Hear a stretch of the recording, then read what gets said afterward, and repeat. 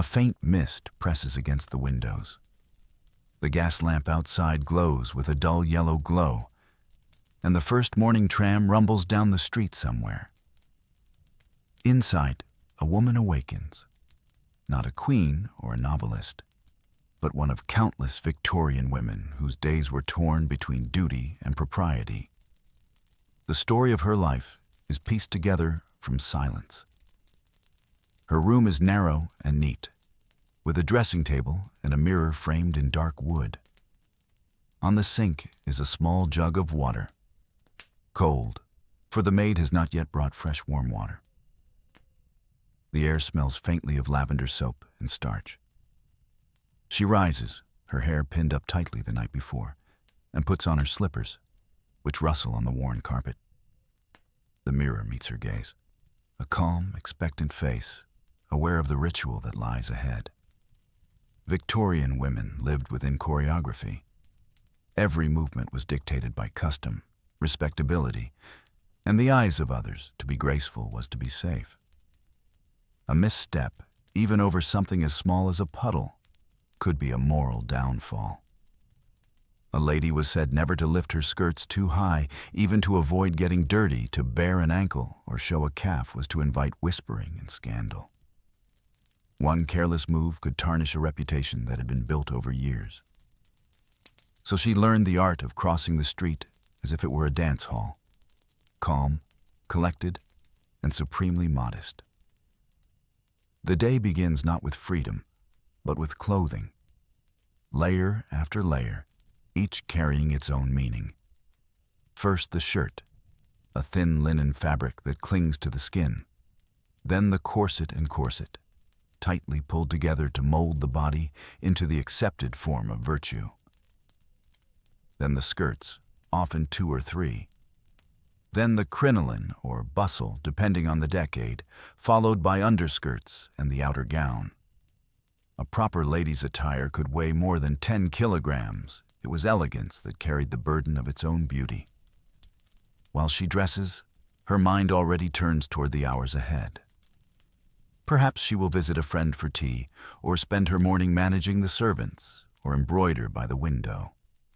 Yet beneath these small occupations runs a deeper current, the careful maintenance of appearance.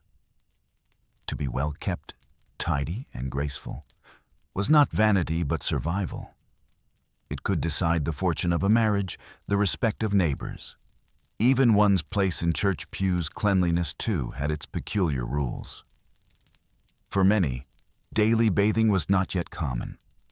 A full bath was a luxury that demanded both hot water and privacy.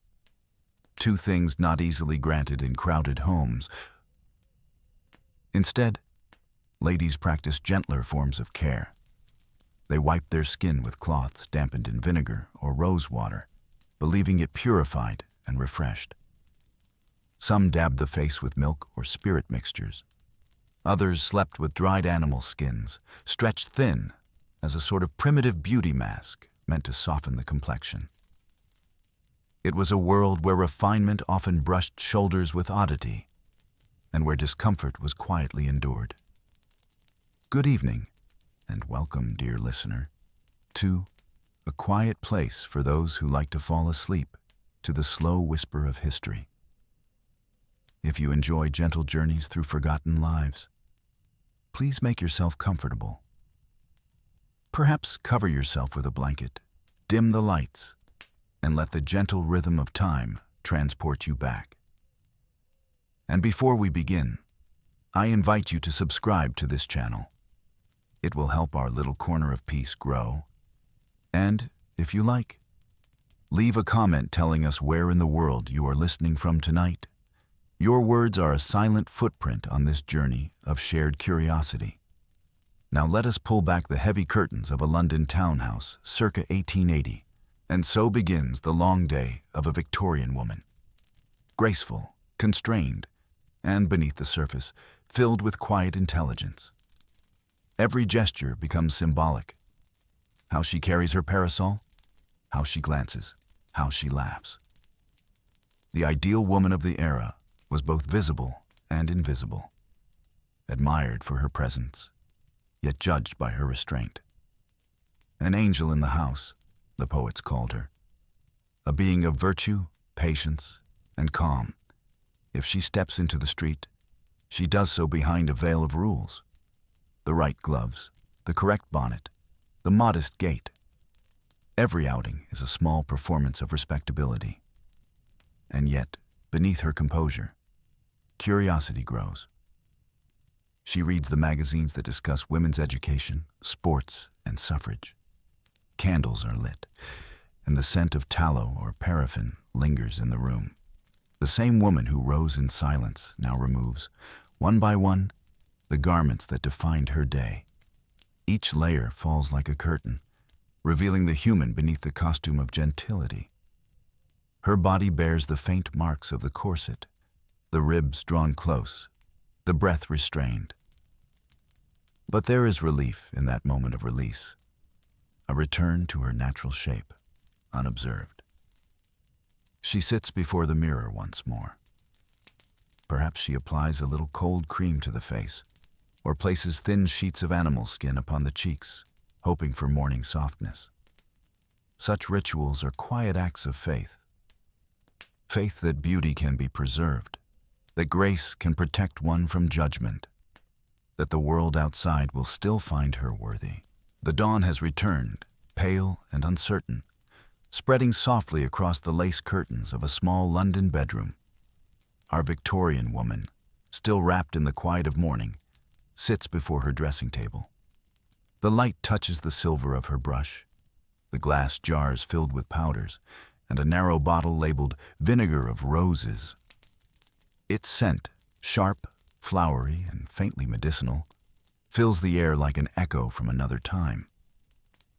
Cleanliness in her world is not measured by water.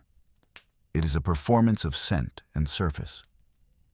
For most households, a daily bath was still a luxury, a task requiring servants, firewood, and patience.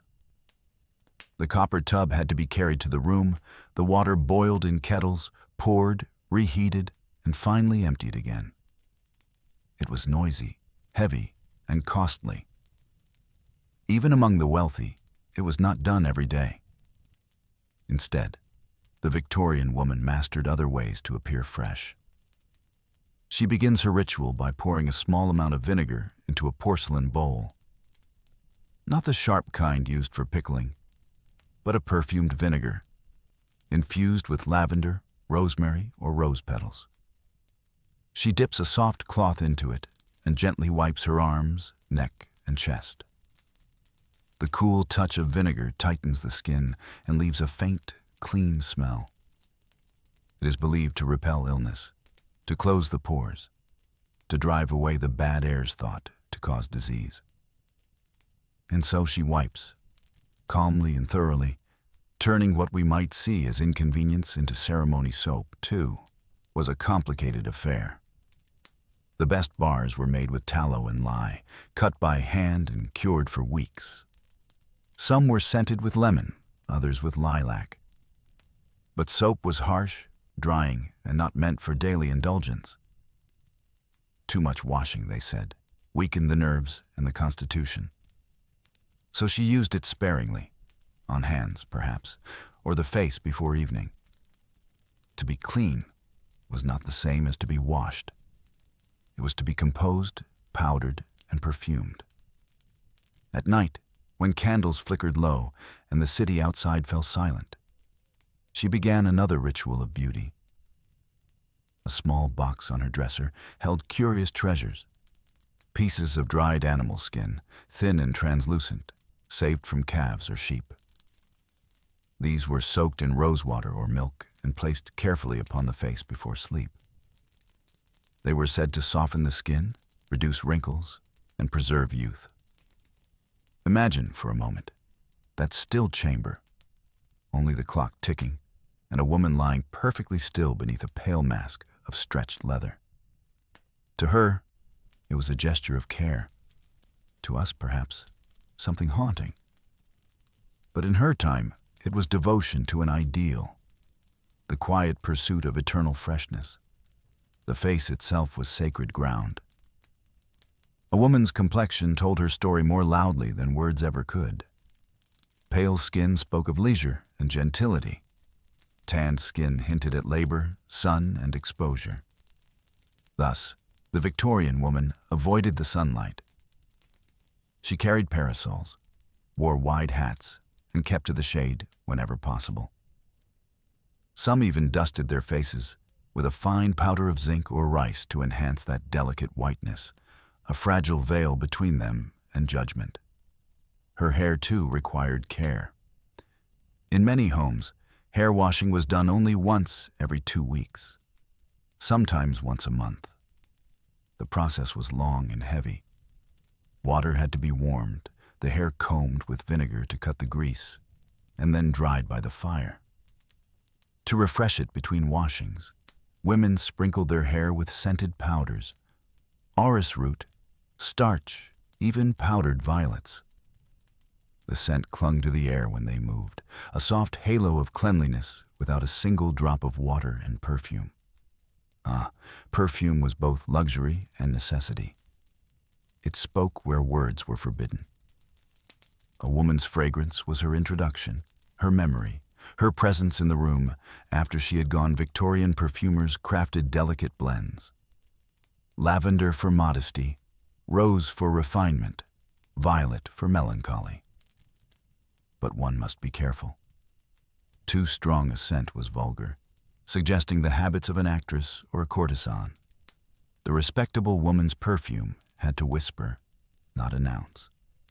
It lingered on gloves, handkerchiefs, and letters sealed with wax. In these quiet acts, we see not vanity, but control. A woman's scent, her softness, her smoothness. These were among the few domains she could command. Society might dictate her dress, her marriage, her every movement. But how she tended to her body, how she perfumed her world, this was hers alone. Outside her window, the streets smell of horse manure, coal smoke, and damp stone. London was a city of odors. Chimneys puffed black soot, rivers ran thick with refuse. Fishmongers and tanneries perfumed the air in their own way. To walk outside without a scented handkerchief was to court nausea. So women carried small bottles of smelling salts or vinaigrettes, tiny silver cases filled with vinegar and herbs. When the air turned foul, they would raise it gracefully to the nose, inhale, and continue as though nothing were amiss. Grace, even amid stench, was the measure of refinement. Her dressing table, then, was not just a piece of furniture. It was a fortress against the dirt and noise of modern life. Here she reasserted her dignity, her stillness, her illusion of purity. Here, amid brushes, pins, powders, and vials, she constructed the image expected of her. It was both protection and performance, armor and art. At times, she may have wondered about the truth beneath it all. Was the world truly so delicate that a little dust or sweat could destroy respectability? Did her beauty belong to her, or to the gaze of others? But such thoughts were dangerous in polite company. Instead, she powdered her face and fastened her brooch. The soft scent of violets would accompany her like a prayer. The ritual of cleanliness also carried class. For the poor, the working women of the factories and laundries, there was no time for rosewater or vinegar cloths. They washed when they could, perhaps once a week at the public bathhouse or in a tin basin by candlelight. Their skin bore the soot of labor, their hands the calluses of survival. Yet even they understood the importance of being presentable. A clean apron, a brushed shawl, a ribbon in the hair. Small acts of pride amid hardship. It was not vanity, but dignity, a silent rebellion against invisibility. For the upper and middle classes, proper cleanliness became almost a moral virtue. Cleanliness meant godliness. Dirt was a sign of moral decay. Magazines printed pages of advice. How to polish nails, whiten teeth with chalk, brighten the eyes with a drop of lemon juice. Even the act of washing one's hands could be written about as a moral discipline. It was the age when science and superstition met, when hygiene was both ritual and revelation. But true bathing, immersing the body in warm water, remained a rare pleasure. Those who could afford it described it as almost sacred. Such moments of freedom were few, but they left traces. Small, private memories in a life otherwise dictated by modesty. The notion of purity extended even to the night. Bed sheets were white, crisp, changed often. Night clothes were long and buttoned high. Before lying down, she would ensure her hair was plaited neatly to avoid tangling, her face treated with cream or vinegar. Sometimes, a thin layer of ointment made from beeswax and almond oil was applied to soften the skin. In the flickering light, it glowed faintly like a second skin. And then, with her beauty preserved for the morning, she would extinguish the candle and drift into dreams. The scent of rose water, the chill of vinegar, the softness of powdered hair. All these were small gestures of faith in a difficult age. As the clock strikes midnight in our story, another woman across town prepares for bed. Perhaps she is younger, a newly married wife in a house filled with silence. She opens a small box and removes her beauty skins, smoothing them over her face like a ritual mask. They glisten in the lamplight, fragile and strange. Her husband sleeps in another room, as custom dictates. She does not find it lonely. She finds it peaceful. The night is hers. Outside, the city hums. The fog wraps around the rooftops, and time moves quietly forward. Our Victorian woman stands once more before the mirror, her maid hovering quietly behind her. The rustle of fabric filling the room like rain against glass. Dressing in this world is not a matter of convenience. It is ceremony. Each layer of clothing is a statement, an expectation, a fortress of propriety. To undress in turn is to step backward through history, to reveal not just the body, but the thousand invisible rules that governed it. It begins with the simplest fabric, the chemise, made of fine linen or cotton, worn next to the skin. It is the only layer that touches her directly, a private boundary between flesh and the rigid order of society. She steps into it with practiced grace, her arms sliding through the sleeves, the fabric whispering faintly against her skin. It is soft, often hand-stitched, and yet it represents the first reminder that even comfort must serve modesty. No part of her is ever meant to be bare, even in solitude. Over it comes the corset. This is no simple garment, but an instrument of discipline, a cage of whalebone and silk that dictates posture, breath, and movement. The maid draws the laces tight, inch by inch, until the body yields to the shape demanded by fashion. A narrow waist, a lifted bust, the illusion of fragility. It is not pain she feels exactly, but compression, an embrace too firm to refuse. Some women fainted under the pressure. Others grew so accustomed that freedom felt wrong. The corset was as much a symbol as an object, a sign of restraint, of control, of belonging to the proper world. There were mornings when the lacing took 20 minutes, and the sound of it, the pulling, the breath held, the final knot tied, marked the true beginning of the day. To be put together was not just appearance. It was identity. A lady, without her corset, was said to be undone. Next come the petticoats, layers of white cotton trimmed with lace, each adding volume and modesty. They rustle when she walks, creating a music of their own. 1, 2, sometimes 3 petticoats, depending on the weather and the form of the outer dress. Then, depending on the decade, comes the crinoline, a cage of steel hoops that widens the skirt into a bell. Later, in the 1870s and 1880s, it becomes the bustle. A padded framework at the back that gives that distinct Victorian silhouette, narrow waist, expansive hips, like an hourglass standing on end. To us, it might seem like confinement. To her, it is architecture.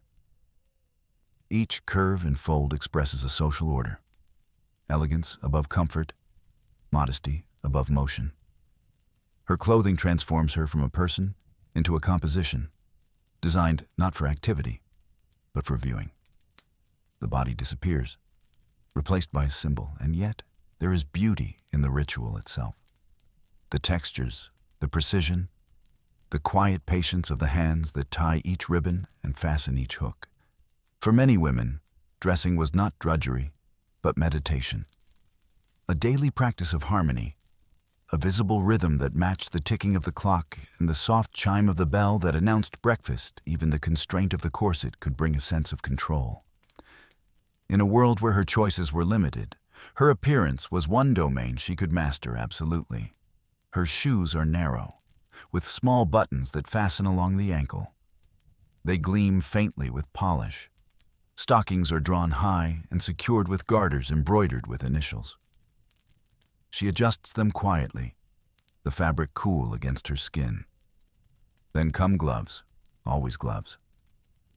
No respectable woman would be seen in the street with bare hands. Hands were considered intimate, almost sensual. Gloves protected both modesty and reputation. They were also a language. How a glove was removed, held, or dropped could convey more meaning than speech ever dared. The dress weighs heavily, 5, perhaps 6 kilograms. And yet she carries it with ease. Years of practice have taught her to glide rather than walk, to turn without lifting her arms too high, to sit without crushing the folds. Even motion becomes a choreography of grace. Beneath all this elegance lies another truth: constant maintenance. Clothes were costly, hand-sewn, and often repaired dozens of times. A tear in the hem, a loose button, a smudge of coal dust. Each required immediate attention. She knew how to mend, how to darn, how to preserve beauty with needle and thread. Servants helped. But the knowledge was essential. A woman's skill with her wardrobe was a reflection of her character. Wastefulness was frowned upon. Ingenuity was admired. When the weather was fine, she might take a walk in the park, her skirt lifted slightly above the path, but never high enough to show the ankle. To do so, as we learned, could be ruinous. Instead, she used a small walking stick or a servant's arm to guide her. In the late 19th century, whispers of change began to rustle through these layers of silk and lace. Reformers spoke of rational dress, garments that allowed movement, comfort, even sport. They argued that tight corsets and heavy skirts damaged women's health and spirit. At first, they were mocked. But soon, new designs appeared. Looser bodices, divided skirts for cycling, lighter fabrics. It was the beginning of a slow revolution, stitched seam by seam. For now, though, our woman remains faithful to her daily armor. When she looks at herself in the mirror, she sees not constraint, but completion. Her reflection is the proof of effort, of discipline, of belonging to a society that values restraint. She does not yet know that future generations will look back in wonder, imagining how anyone could bear such weight. To her, it is simply what is right. At midday, the house grows quiet. The maid retires to her chores, and she, left alone, removes her gloves. Then the small hat pinned perfectly atop her hair. The relief is immediate. Her scalp breathes again. Her fingers move freely. Even the simple act of removing one's gloves can feel intimate, almost scandalous, when one lives surrounded by fabric and formality. She flexes her hands, pale and fine. The fingers redden slightly from the tight fit of the seams. There were unspoken rules about how often a lady could change her clothes, and she changed often: morning dress for home, walking dress for the promenade, afternoon dress for receiving guests, evening gown for dinner. Each moment of the day had its uniform, each purpose its texture and color. A woman's wardrobe was not measured by number, but by appropriateness. To wear the wrong outfit at the wrong time was social disaster. The poor, of course, lived by other rules. A working woman might own 2 dresses, one for labor, one for church. The labor dress was patched and faded, the church dress kept like treasure. Even so, they mirrored the manners of their betters as best they could. A small lace collar, a ribbon, a clean apron. In both worlds, clothing was language. The way one said, "I am respectable, I belong." For the wealthy, clothing marked status. For the poor, it promised survival. And for women everywhere, it defined the boundary between visibility and judgment. Too simple, and one risked being thought careless; too elaborate, and one invited envy. Balance was everything, a delicate daily art.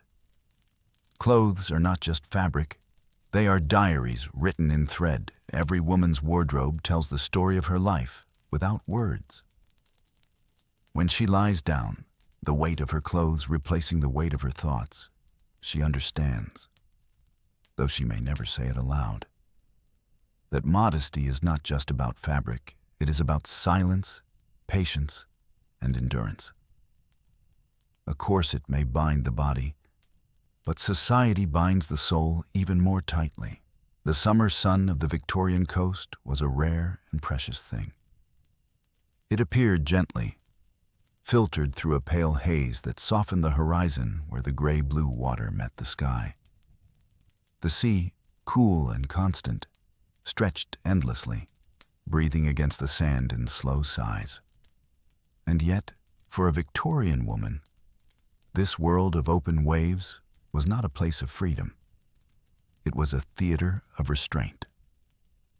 Imagine her on a morning in Brighton, one of the favorite seaside towns of polite society. The promenade hums with quiet conversation, parasols bloom like flowers in the breeze, and the scent of salt mingles with the sweetness of candied almonds sold by boys in caps. Men in straw hats stroll beside women wrapped in layers of muslin and wool. The ocean sparkles, but few dare to touch it. To swim, to even wade, is no simple matter. It requires courage, permission, and the correct attire. The idea of women bathing in the sea was, not long ago, considered nearly scandalous. In earlier decades, a lady's body was not to be seen by anyone, not even the waves. When seaside travel became fashionable, propriety invented a curious solution: the bathing machine. It was a small wooden hut on wheels, rolled by horses or men down into the shallow surf. Inside, a woman could undress in privacy, step into her bathing costume, and exit directly into the water without ever being observed. Once she had entered, the door opened only toward the sea. No one on shore could glimpse her ankles, let alone her form. The bathing machine creaked and shuddered as it moved. The wheels sank into the wet sand, the sea lapped at its base, and the horses strained against the harness. Inside, our woman swayed slightly with each bump, holding onto the wall for balance. The sound of the ocean grew louder, closer, until the waves touched the steps that descended from the door. At last, she was ready. Her bathing dress was a construction of its own, dark blue or brown flannel, heavy even when dry, with a high collar and long sleeves. A skirt that reached below the knees, bloomers gathered at the calf, stockings and often lace-up slippers to protect her feet from shells around her waist. A belt, sometimes with weights sewn into the hem to prevent the fabric from floating immodestly in the water. It was, in every sense, an outfit designed not for swimming, but for not swimming. And yet, she steps carefully down the wooden stairs into the surf. The water rises around her, cool and bracing. The hem of her skirt darkens, clinging to her legs. Her hair, pinned beneath a bonnet, rustles in the wind. For a moment, she feels the pulse of the waves against her body. A reminder that beyond fashion and form, she is still flesh and breath, but movement is awkward.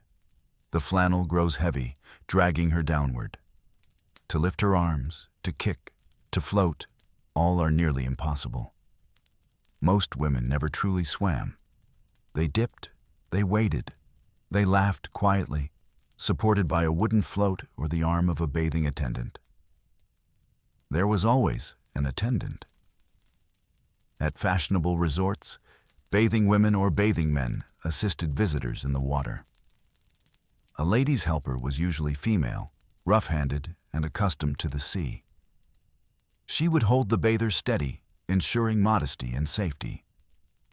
For men, separate bathing areas existed farther down the beach, where freedom was greater and laughter louder. Between the two zones stood a barrier of rope and watchful eyes, moral geography drawn upon the sand.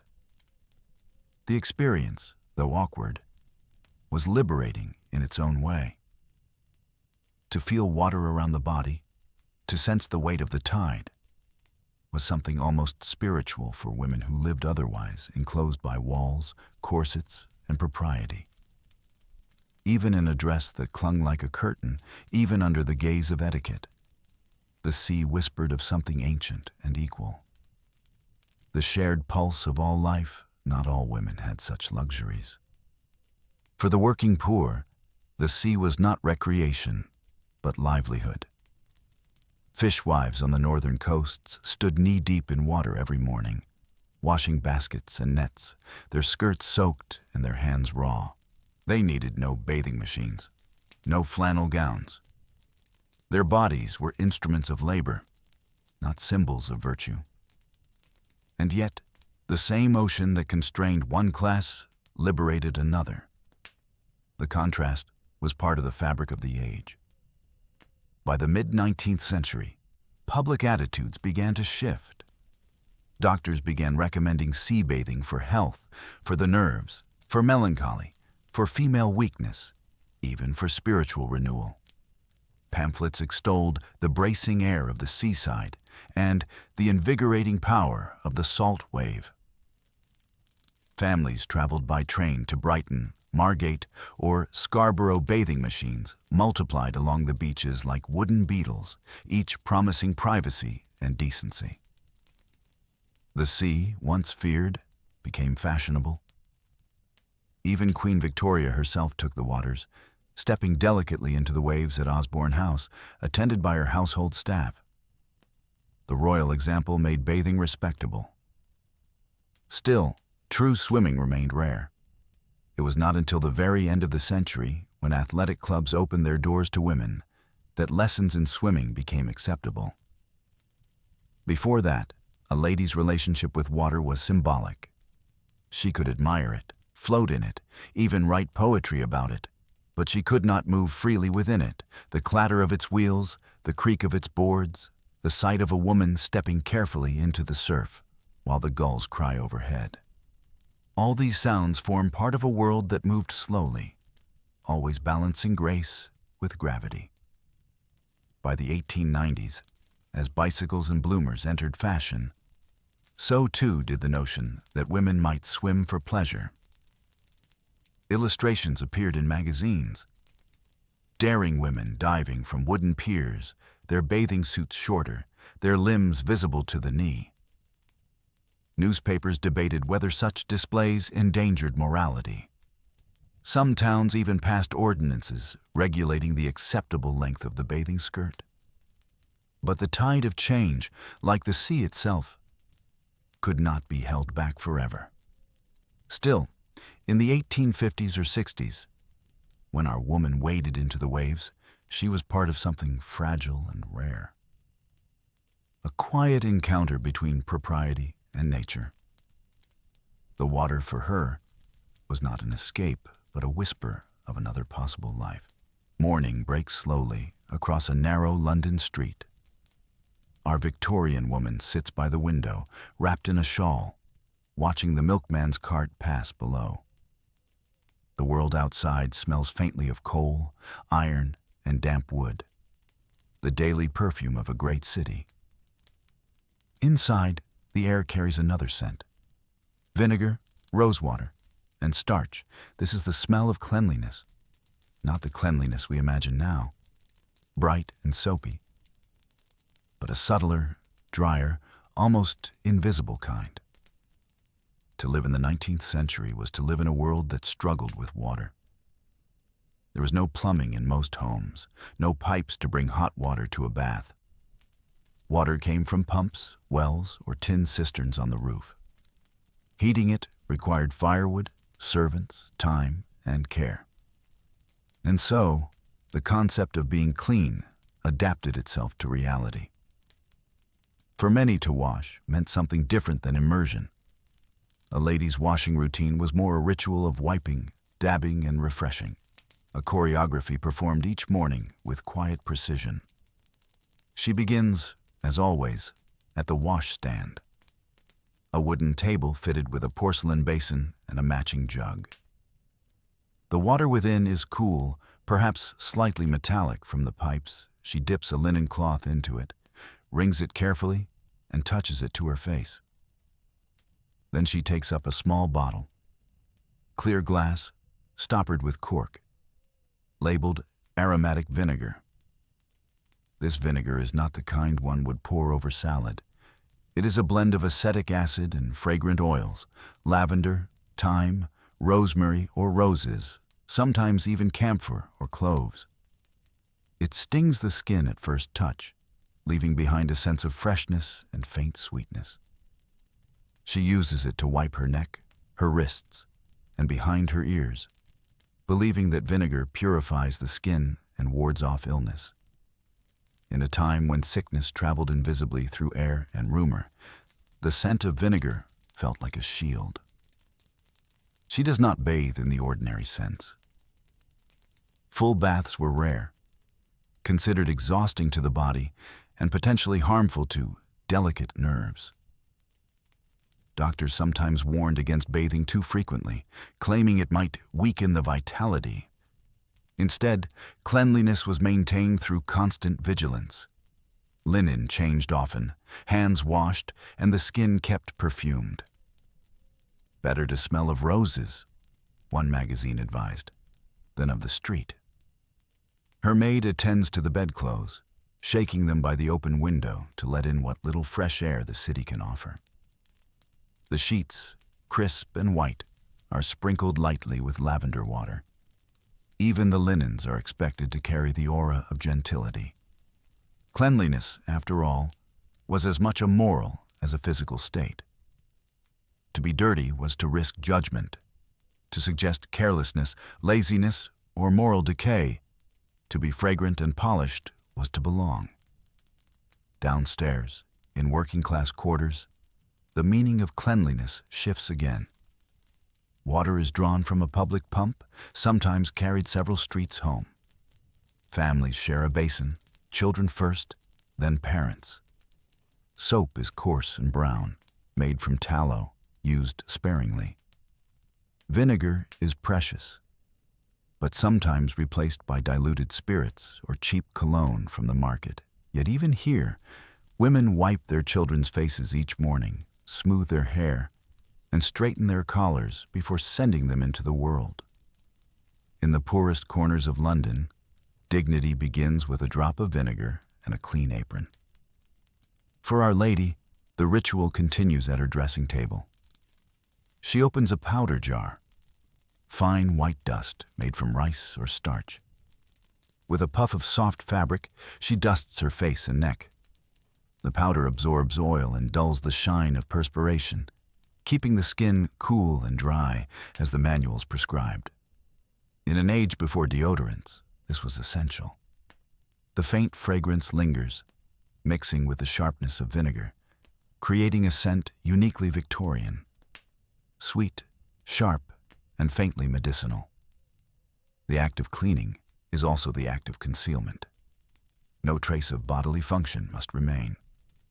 Even natural warmth was considered unladylike. The ideal woman appeared serene, almost cold, untouched by the inconveniences of nature. If she perspired, it was said she glowed. If she tired, she rested her eyes.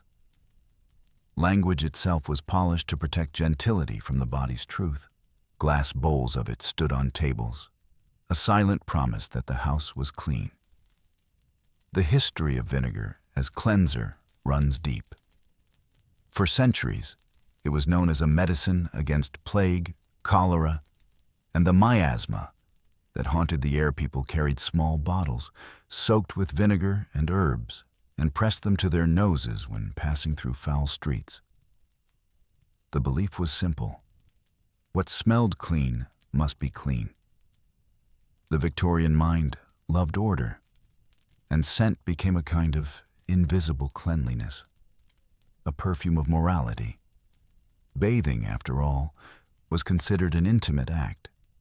Best left unmentioned. Letters of the time sometimes hinted at this quiet secrecy.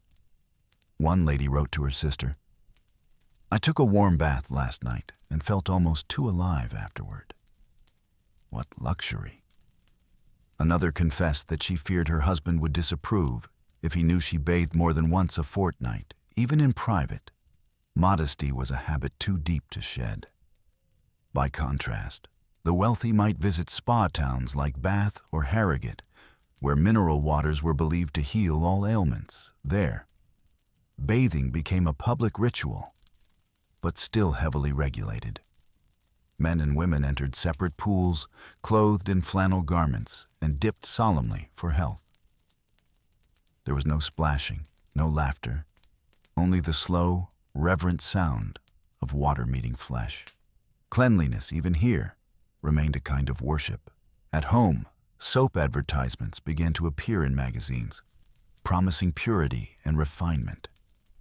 Pear's soap, the mark of respectability, declared one.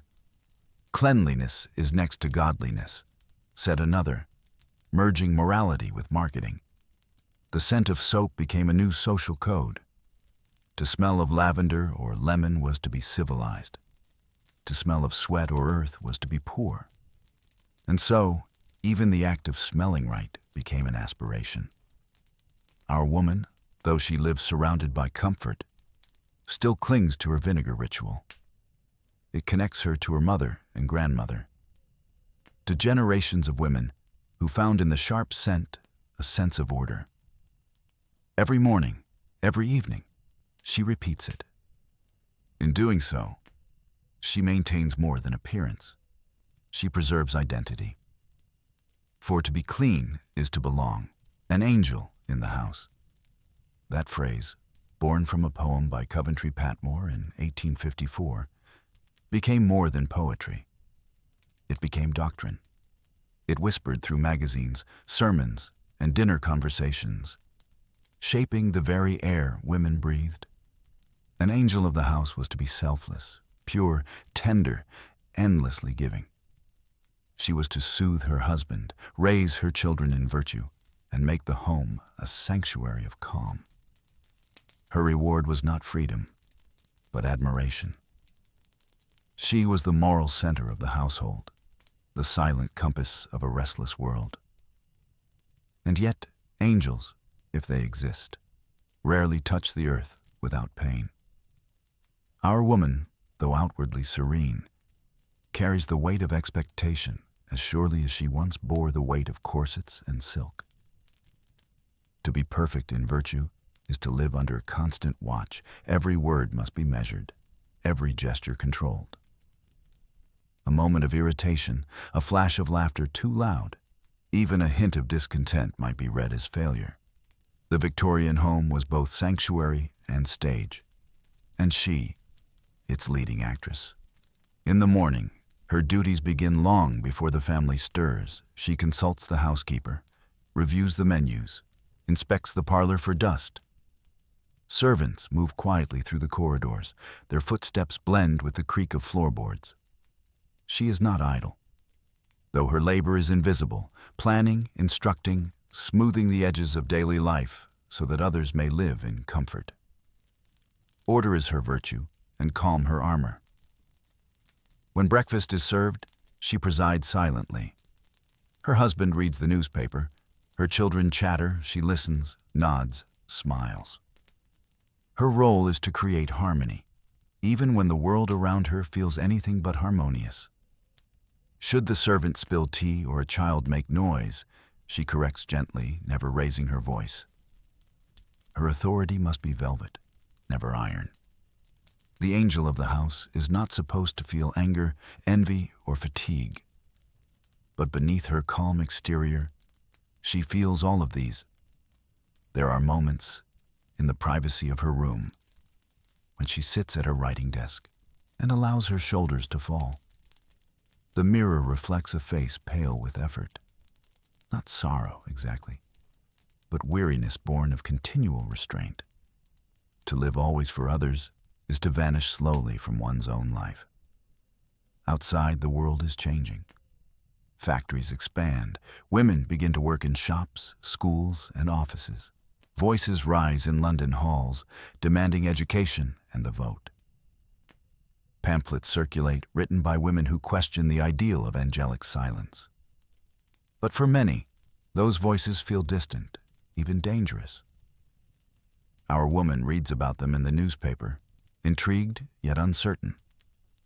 She has been taught that rebellion is unbecoming, that virtue lies in patience, and so she turns the page, folds the paper, and returns to her embroidery.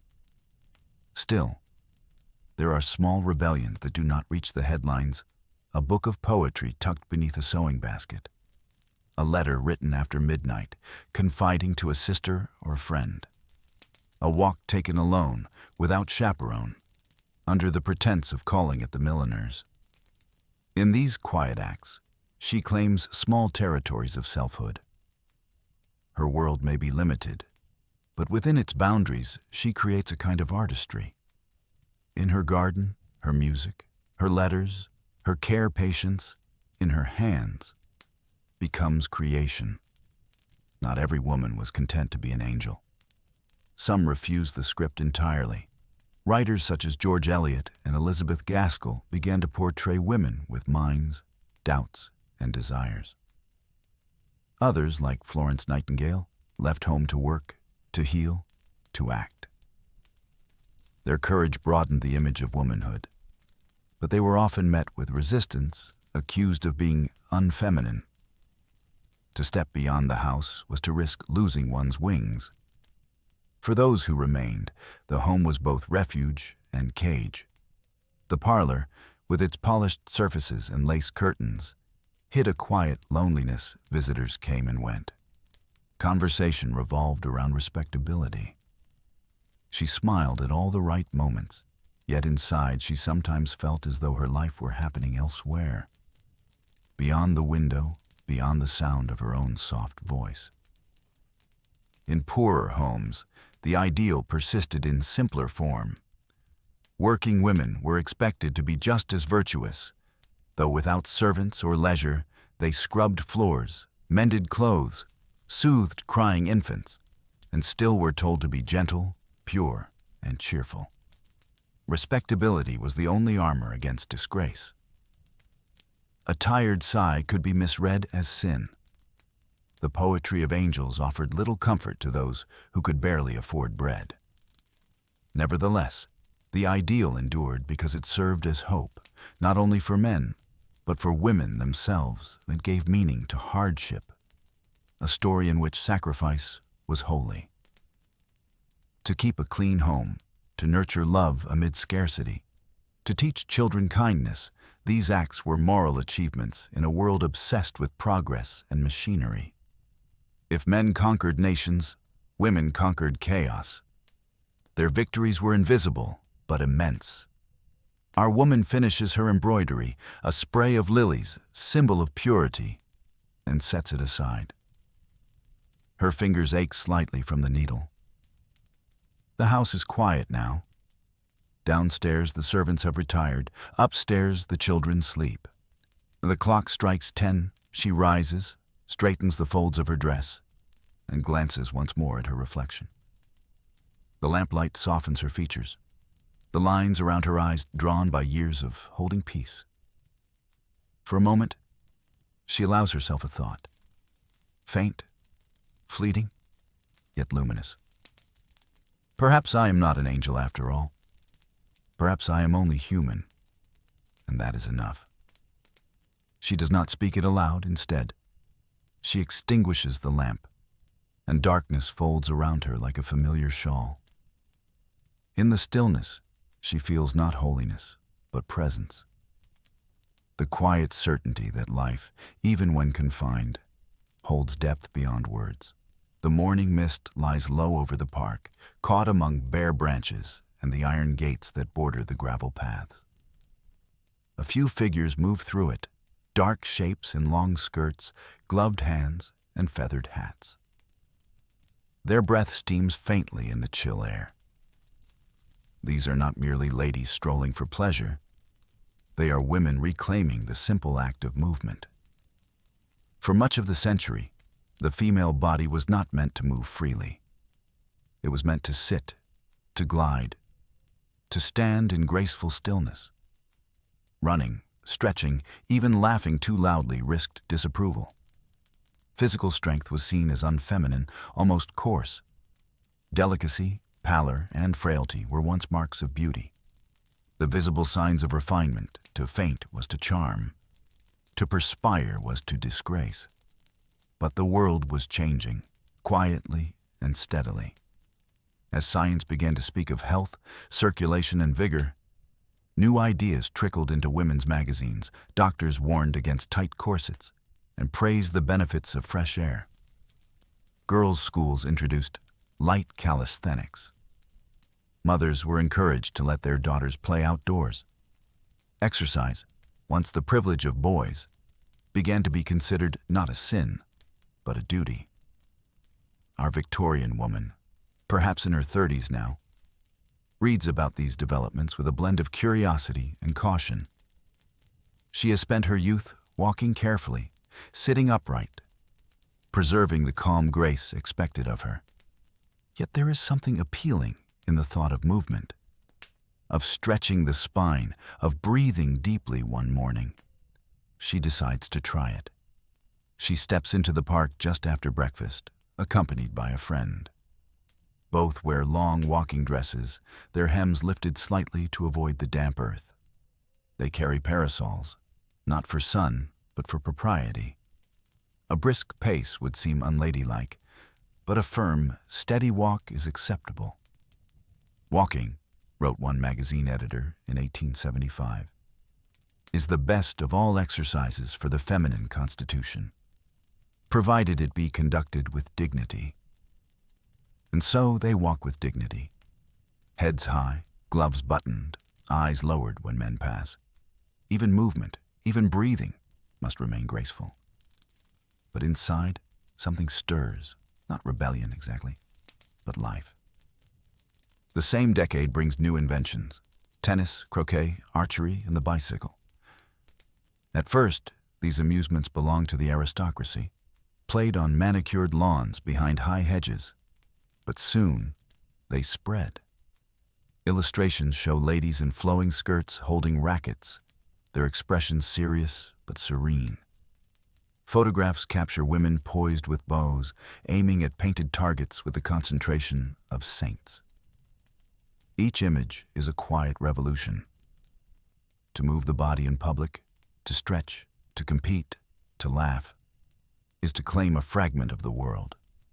In 1861, the English Woman's Domestic Magazine ran an article praising exercise for improving complexion and spirits.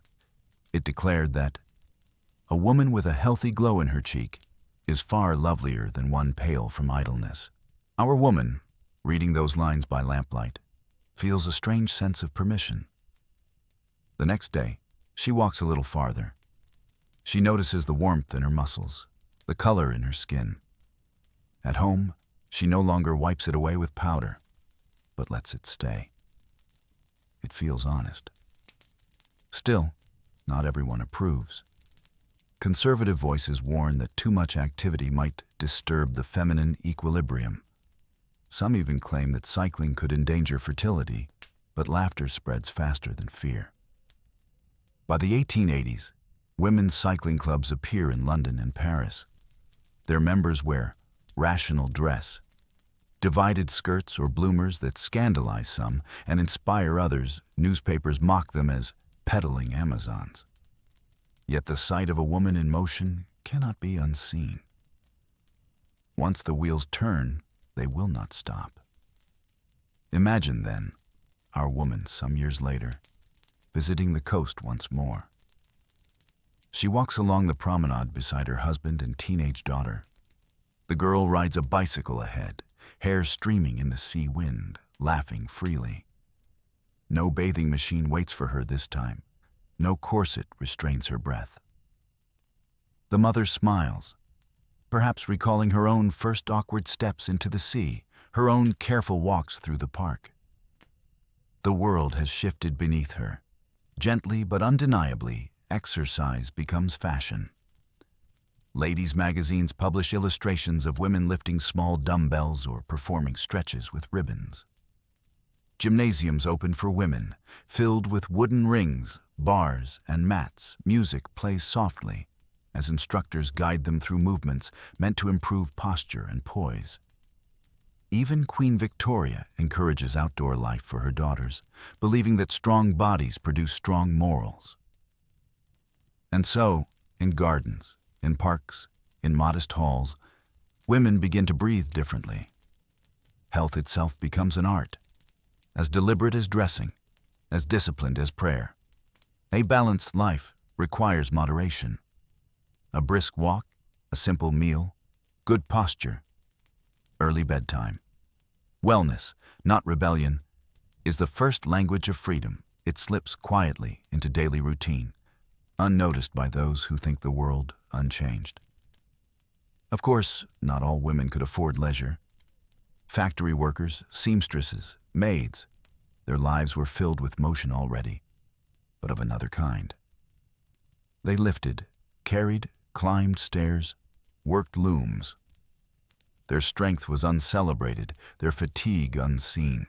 The morning begins not with sunlight, but with the quiet sound of drawers opening.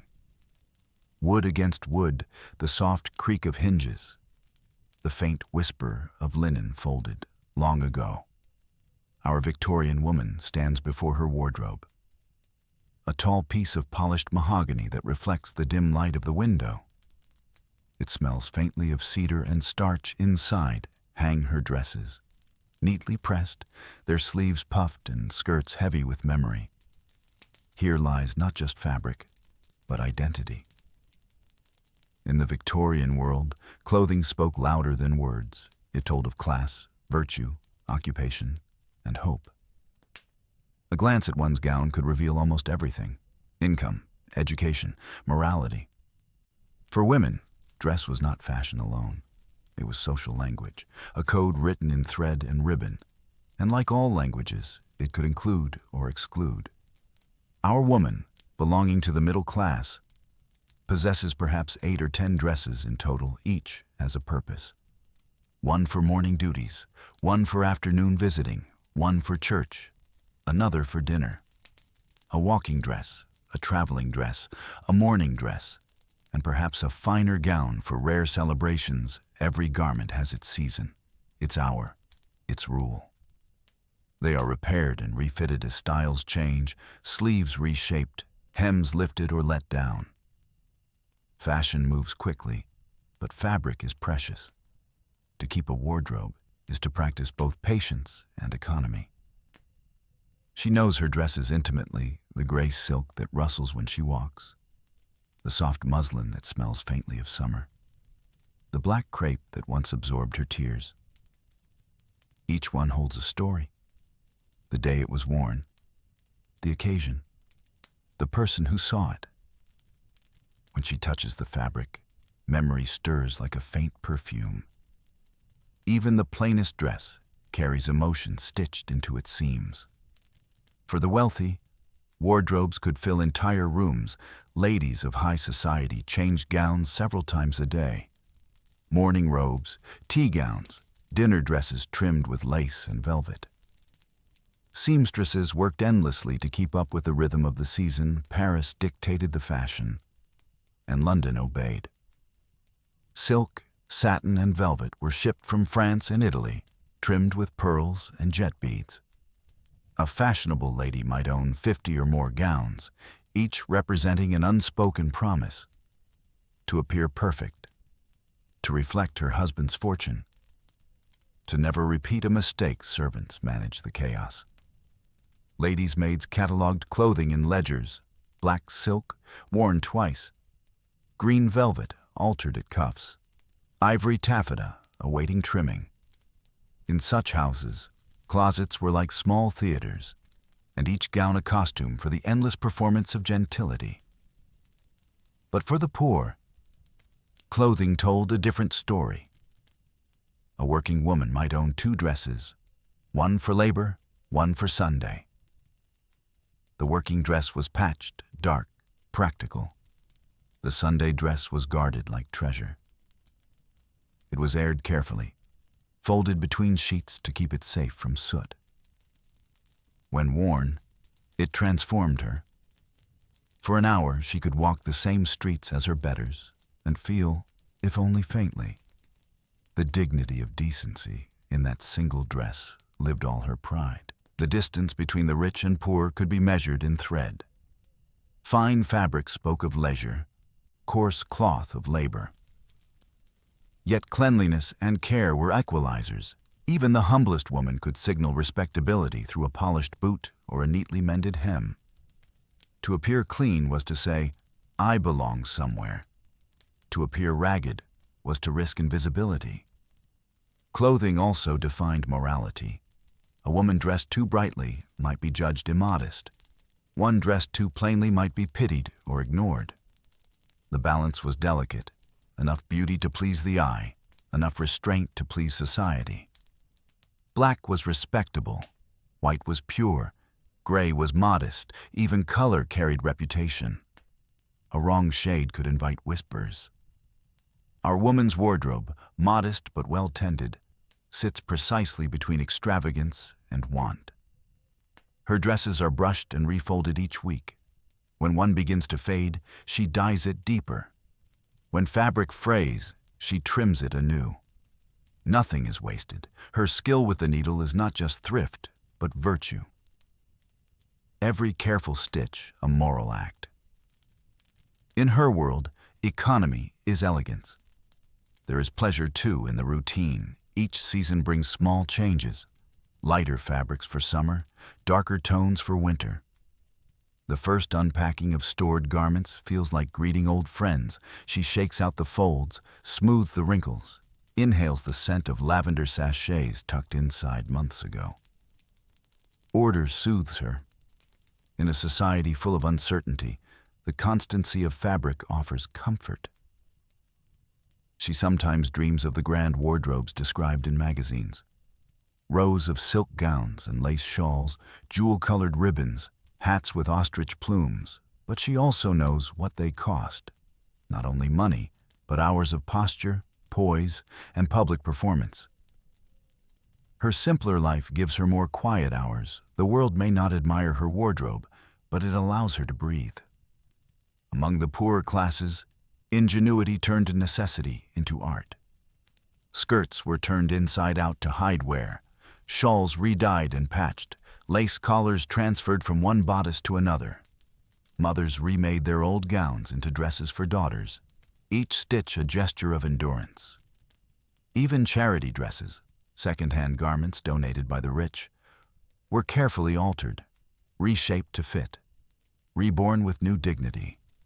Rules dictated how long she must wear it. 1 year for deep mourning, another for half mourning in shades of gray or lilac. Even grief had fashion. The mourning dress became a uniform of sorrow, a signal to the world that her life had altered. And yet, even within mourning, beauty was expected. The folds must still fall gracefully.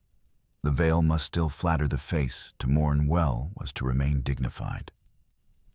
Clothing also marked milestones: weddings, births, deaths, seasons of the heart. A white dress for a bride was a relatively new tradition, popularized by Queen Victoria herself in 1840. Before that, women wore their best-colored gown. But the Queen's lace-trimmed white silk set a new standard, and soon every bride, rich or poor, dreamed of white. A symbol of purity, but also of aspiration. Few could afford such extravagance. Yet the dream persisted. Even a ribbon, even a scrap of lace could make a poor bride feel royal for a day. The wedding bells have long since stopped ringing. The white silk dress, once admired by neighbors and carefully folded in tissue, rests now in a chest beneath the bed, a relic of a single, luminous day. Our Victorian woman, once a daughter with daily occupations and freedom to move about the house, is now a wife. And with that new title, curiously, comes less to do. In her parents' home, she rose early to help her mother manage the servants, arrange flowers, read to her younger siblings, or visit neighbors with small errands. Her days were full, not with excitement, but with purpose. She belonged to a rhythm of household life, a participant in its quiet busyness. But in her new home, the rhythm changes. The servants belong to her now. The housekeeper waits for instruction. Meals appear when expected. Her husband departs each morning, and the great house falls into silence. At first, she welcomes the calm, the sense of accomplishment after the whirlwind of the wedding. The packing, the guests, the ceremonies. To rest feels like a reward. But rest, when it stretches into weeks and months, becomes something else: a waiting. In Victorian society, a respectable wife of means was expected to supervise rather than to labor. Her hands were to remain soft, her time gracefully idle. It was a sign of success that she had little to do. Her leisure proved her husband's prosperity, and so she learns to fill her hours with acceptable gentility, writing letters, practicing piano, reading moral novels, or embroidering linen she will never use. Each activity begins and ends without urgency. Days unfold like lace, delicate, patterned, and easily torn. By afternoon, she sometimes feels a strange emptiness. The sound of the clock becomes louder, the room larger. The housekeeper brings reports, the butcher's account, the new maid's progress. But they require only polite nods. Her work is invisible, her influence silent. She is praised for serenity, not for achievement. In a world built upon appearances, she must appear content. To show restlessness is to seem ungrateful. To express ambition is to risk ridicule. Her education has prepared her for this, not for independence, but for endurance. A young woman might have studied French, music, or painting, but rarely was she taught to make her own living. The ideal wife was not self-sufficient. She was decorative and constant, a presence rather than a force. There were, of course, exceptions. Spirited women who sought more than drawing rooms and dinner parties. Some found purpose in charity, organizing sewing circles for the poor or visiting hospitals under supervision. Philanthropy became a safe form of usefulness, a moral outlet for energy. Others wrote anonymously, their words appearing in magazines under initials or pseudonyms. A few even taught or studied, though such paths often invited scandal. But for most, the boundaries of marriage were clear. A husband's world outside, a wife's world within. In smaller households, without many servants, wives remained busy with domestic work, cooking, mending, caring for children. But among the middle and upper classes, idleness was both burden and ornament. To have leisure was to have status. To be useful was almost shameful. And so, many women filled the silence with gentle accomplishments. Painting flowers on porcelain, learning Italian phrases, collecting pressed ferns, magazines, called these refinements of the female mind. But refinement, when overpolished, begins to disappear into itself. There were long afternoons when she sat by the window, hands folded in her lap, watching the shadows move across the carpet. The carriage wheels outside echoed softly, the world passing while she remained still. Her reflection in the glass seemed almost a stranger, poised, composed, and yet somehow fading. To exist always in repose is to feel time moving through you, rather than with you. Children, when they arrived, changed the rhythm again, giving purpose, noise, and endless work. But in the quiet years before motherhood, or after children grew, the silence returned. Her days, though peaceful, never changed shape. The same rooms, the same tasks, the same expectations. Even her emotions must remain measured. Excess of joy or sadness alike would seem improper.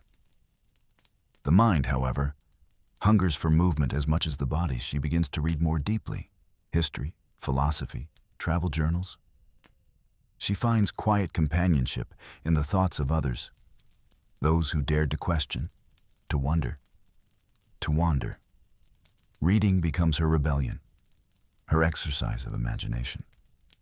Through books, she walks streets she may never visit, meets people she will never know. Her mind, though confined, still travels. And yet, despite the quiet yearning, she also finds beauty in stillness. There are moments of genuine peace, arranging violets in a vase, hearing the kettle sing, feeling the weight of a cat upon her lap. In such moments, idleness becomes something softer, not emptiness, but pause. The house breathes with her.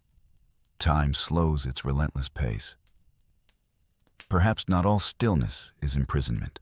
The last glow from the parlor fire fades behind a half-closed door, and only the gentle sigh of the wind remains. In the upper rooms, candles burn low, their flames steady as thought. Our Victorian woman ascends the staircase in silence, her footsteps muffled by the thick runner. She pauses halfway up, listening to the stillness, to the distant creak of settling wood, to her own breathing. The night is hers now. At the top of the stairs stand two doors, one leading to her husband's chamber, the other to her own. It is a small detail of domestic life, easily overlooked, yet deeply symbolic. For many married couples of her era, this arrangement was neither strange nor cold. It was the mark of refinement, the sign of a household well ordered. To share affection was proper. To share a bed nightly was unnecessary, even unseemly. In novels and portraits of the time, the image of marital intimacy is gentle and distant, a touch of hands, a shared glance, perhaps a walk together in the garden. The notion of husband and wife sleeping apart did not suggest estrangement. It reflected a philosophy that valued privacy, decorum, and health. Doctors of the age even recommended it, warning that nightly proximity might drain one's vitality. A sound marriage, it was believed, thrived on mutual respect, and respect required space. Our woman enters her room quietly. It is a place of her own, small but gracious. A writing desk beneath the window, a wardrobe in the corner, a bed dressed in white linen. A single lamp glows on the bedside table, its light soft and golden. The air smells faintly of beeswax and lavender. She closes the door behind her and exhales, not in weariness, but in release. Here, she is simply herself.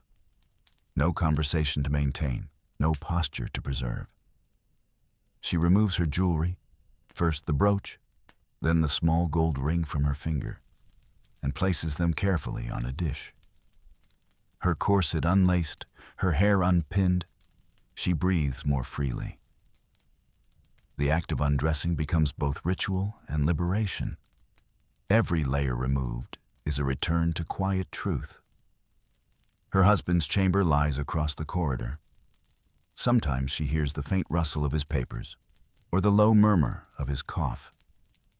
They have dined together, spoken kindly, exchanged a goodnight. Affection remains, though expressed gently.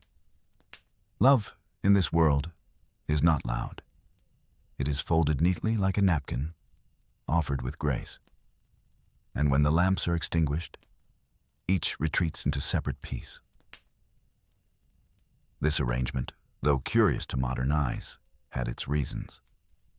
Victorian bedrooms were often cold, heated only by small fires that smoked or went out in the night. Two bodies sharing one bed meant discomfort, a battle for warmth, space, and air. The architecture of the home itself encouraged separation. Large houses, long corridors, servants moving silently at dawn. A lady's chamber was her sanctuary, a place to rest, read, pray, or dream. To close the door was to reclaim a little piece of selfhood. In smaller homes, the practice was rarer. Couples often shared beds simply because space demanded it. But even then, formality remained. The act of sleeping together was seldom romanticized. It was practical, discreet, and unspoken. Society preferred to keep intimacy behind the veil of propriety. Letters and diaries from the time reveal the tenderness that could exist within this distance. One wife wrote to her husband while he was away, "I missed hearing you cross the floor to your own room last night. The sound comforts me, though we do not sleep side by side." It is a quiet confession of companionship. Love as presence, not possession. Our woman understands this balance well. Each morning she will meet her husband again at breakfast, rested, composed, and ready to resume the duet of domestic life. But the night belongs to solitude, a solitude neither lonely nor loveless. Rather, it is contemplative, almost sacred. In the stillness of her own chamber, she may think, read, or pray without interruption. Sometimes, before bed, she writes in her diary. The pages contain what her voice cannot: her reflections, doubts, small joys. By lamplight, her handwriting flows slowly across the paper. Curling like smoke, one writer declared, "To live together without crowding one another's sleep is the perfection of marriage." In that distance lay a kind of tenderness, an acknowledgement that love, like faith, does not need constant proximity to endure. In the sophisticated world of the 19th century, pregnancy was not a public affair. It was a private state to be concealed for as long as possible. Spoken of only in euphemisms or not used at all, using the word itself, pregnant, was considered tactless, even vulgar. Instead, one could say that a woman was pregnant, or in a delicate state, or simply sick. This was not shame in the moral sense. Marriage sanctified the act of creation. Rather, it was modesty rendered invisible. The physical realities of the body, especially the female body, were to remain invisible, veiled, almost abstract. The same society that celebrated motherhood as a sacred duty could not recognize the natural path that led to it. Our woman feels this contradiction acutely. When she looks at herself in the mirror each morning, she sees small changes: a fuller waist, a softer face. She tightens her corset a little less, though she does it carefully so that no one notices her dresses are subtly adjusted by the seamstress. Here a ribbon has shifted, there a crease has been straightened. The illusion of an unchanging shape must be maintained for as long as possible. Even among close friends, the subject is avoided. Women learn to read the signs without words. A sudden absence from dinner parties, a preference for loose clothing, a longer stay in the countryside. When a woman retires for health reasons, everyone understands it, but no one says why. Politeness depends on shared silence. Open talk of pregnancy was thought to be indecent, as if the very mention of it reminded her of the act that had caused it. In a culture obsessed with chastity, acknowledging conception meant acknowledging participation in desire. And so, the most natural event in a woman's life became something she endured herself. Visible, undeniable, but ineffable. Doctors visited her inconspicuously, often through the back door. Medical texts of the period eschewed plain language. Describing the female body in veiled metaphors, a woman's health was discussed in terms of nerves, constitution, or condition. Even advertisements for maternity clothes used coded phrases, malaise robes, adaptive corsets. In drawing rooms and letters, the topic floated like perfume, felt but never named. As our woman's condition grew, her days became quieter. Social calls became rarer. She gently declined invitations, pleading fatigue. Her walks became shorter, her steps slowed. In the silence of her room, she listens to her own body, to the subtle transformations she is forbidden to mention.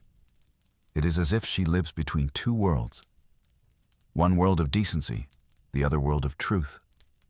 At night, she lies awake, feeling the faint movements beneath her ribs, the stirrings of life she cannot share out loud. There is tenderness and fear in this. She thinks of other women, her mother, her friends, the countless anonymous mothers who have walked this path in silence. Their strength, hidden but immeasurable, becomes her comfort. In the morning, she writes in her diary, "The air is heavy today. I am often tired, but I cannot say it. I long to speak about it frankly. But who would listen to me without shame? There is something painfully human about this question, to feel so much and yet say so little. In the upper echelons of society, women often left the city when their condition became apparent. They retreated to the countryside, to seclusion, a word that is both literal and figurative. There, under the care of nurses or family, they waited in quiet rooms until their child was born. Seclusion was intended to protect modesty, but it was also isolating. Weeks could pass without visitors, without conversation. Only the ticking of a clock and the creaking of the floorboards kept track of time. Some found peace in this solitude. Others found despair. Letters written from such retreats speak softly. I settled in the country for my health. The air is good here, and the fields are green. For poorer women, secrecy was impossible. Their bodies worked until the final weeks, washing, cooking, mending, carrying water. There were no new dresses to disguise their form, no retreats to quiet estates. They bore their pregnancies in public, often without complaint, though not without judgment.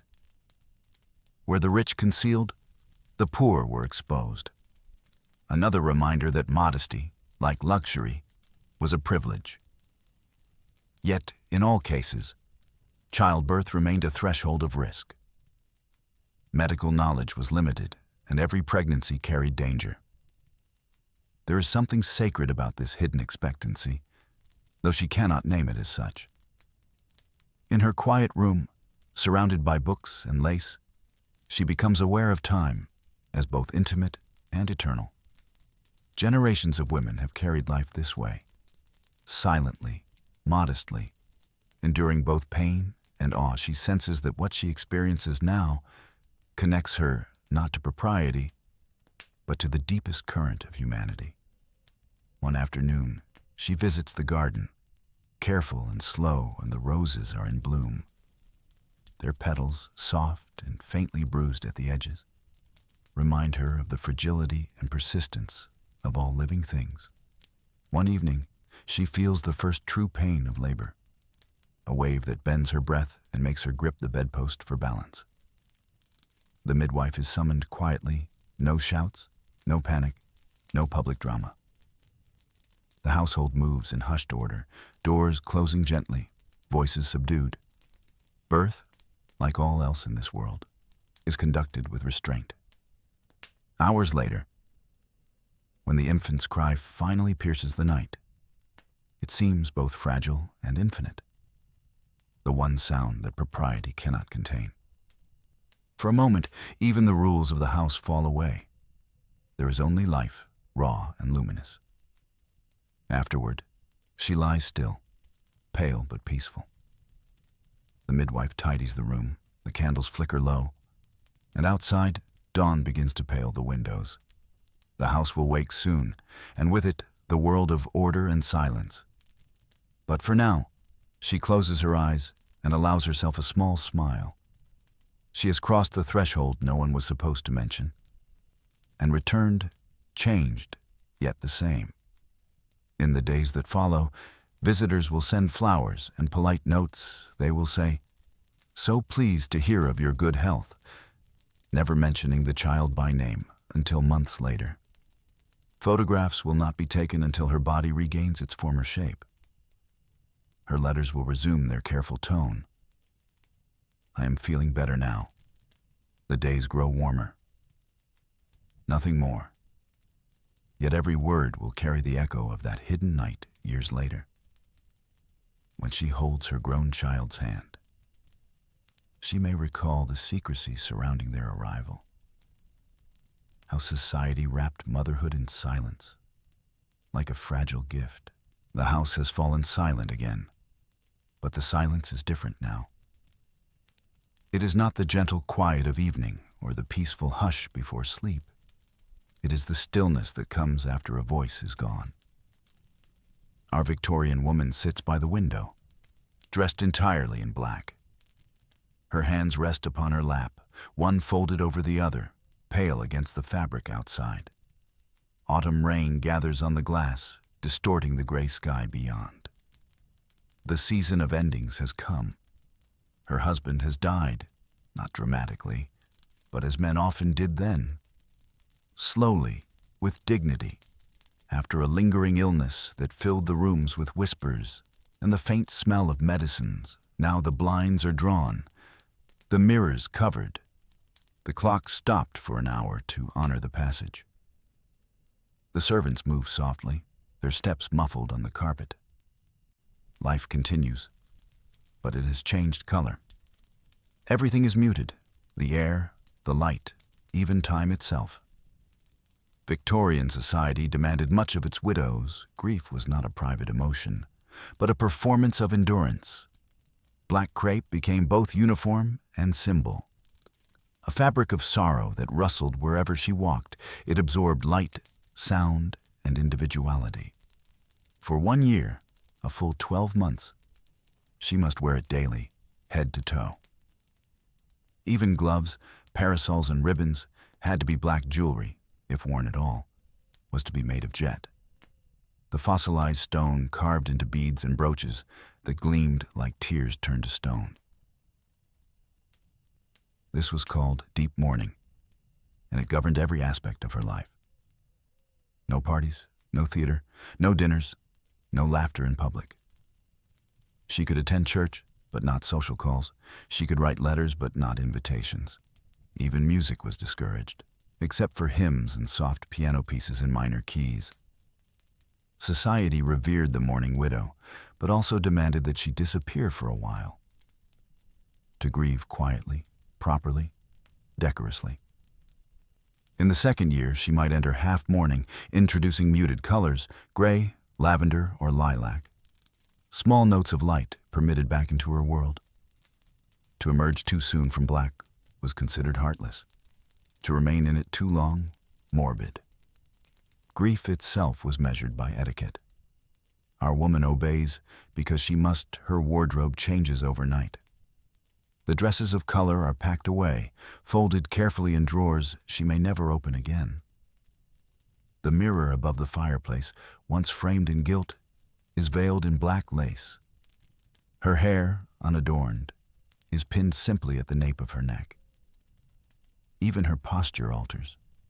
She moves more slowly, speaks more softly, as though the very sound of joy has been forbidden she does not rebel.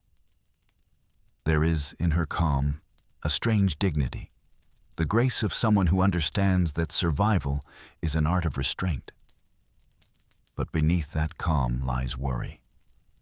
Her husband's death leaves her not only alone, but uncertain. His will provides for her, but modestly. A widow's maintenance, as it was called, was often just enough to preserve appearances, to keep the house, pay the servants, and dress respectably, but not enough to live freely. Her comfort depends on decorum. She cannot seek work. That would be improper. She cannot remarry too soon. That would be unseemly. She is suspended between past and future, neither wife nor maiden, living in the delicate twilight called respectable widowhood. Money dwindles quietly.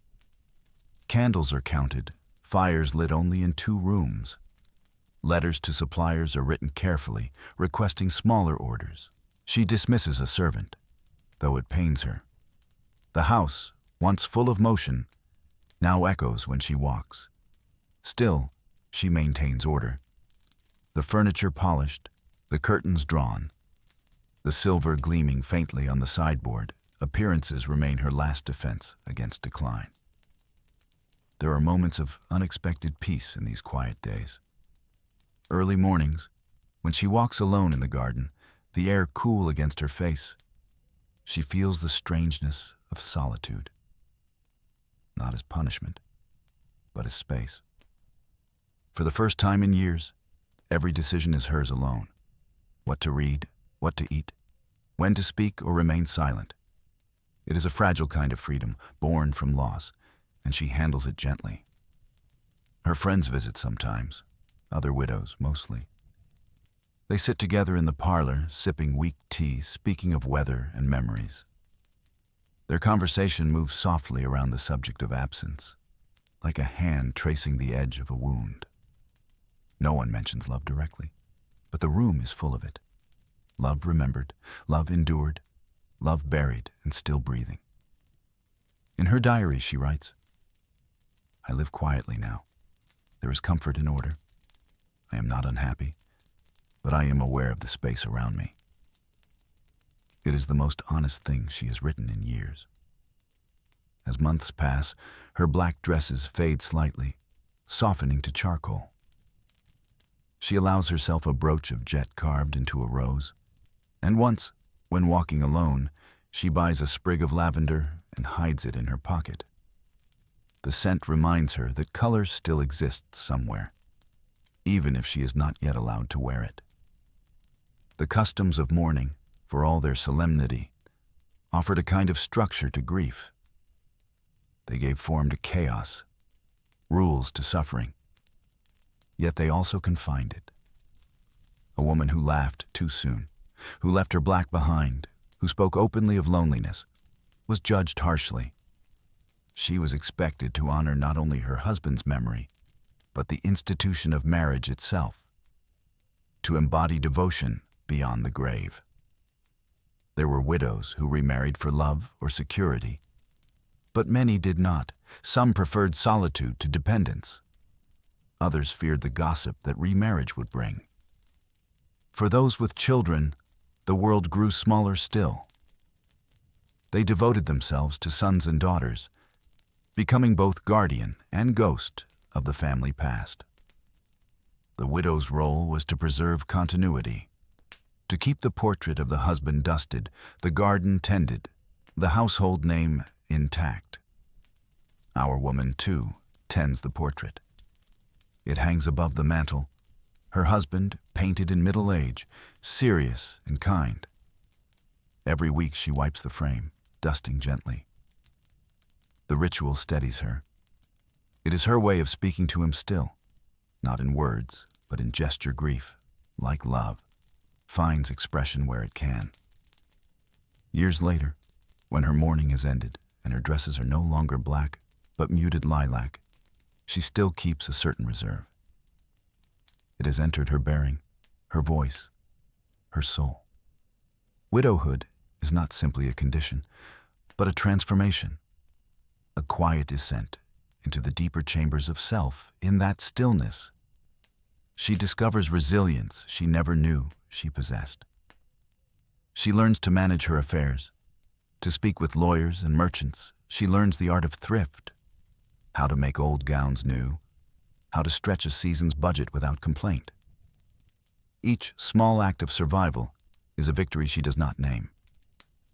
To others, she remains the calm, composed widow. To herself, she becomes something closer to whole. In time, the world forgets her grief, but she does not. It becomes part of her, like the pattern of wrinkles around her eyes, the silver in her hair. Life, despite everything, continues to renew itself. Her story, like so many others, ends not with triumph or tragedy, but with quiet understanding that the beauty of life lies not in grand gestures, but in the soft persistence of those who carried on. And so ends the tale of a Victorian woman.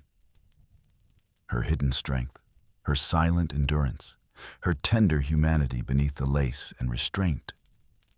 A story not of angels or ideals, but of someone real, living, breathing, and quietly remarkable.